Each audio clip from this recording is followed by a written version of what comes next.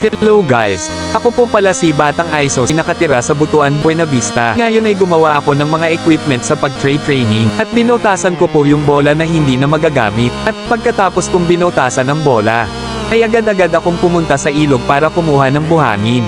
Para ilagay sa bola kong binotasan. At pagkatapos kong kumuha ng buhangin, ay nilagay ko ang bola sa bag ko. At pagkatapos sa lahat ay, magsisimula ka na ng mag-dribble. At mag-umpisa akong mag-dribble sa unang bola.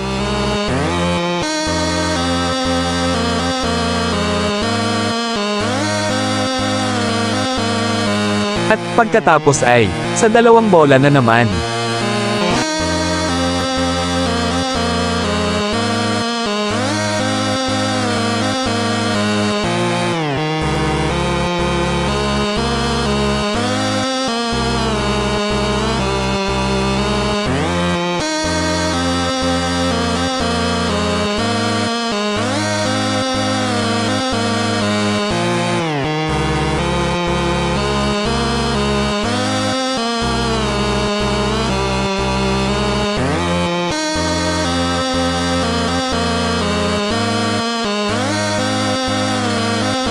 At abangan nyo guys, may ensayo pa po ako sa susunod. Hanggang dito na lang po.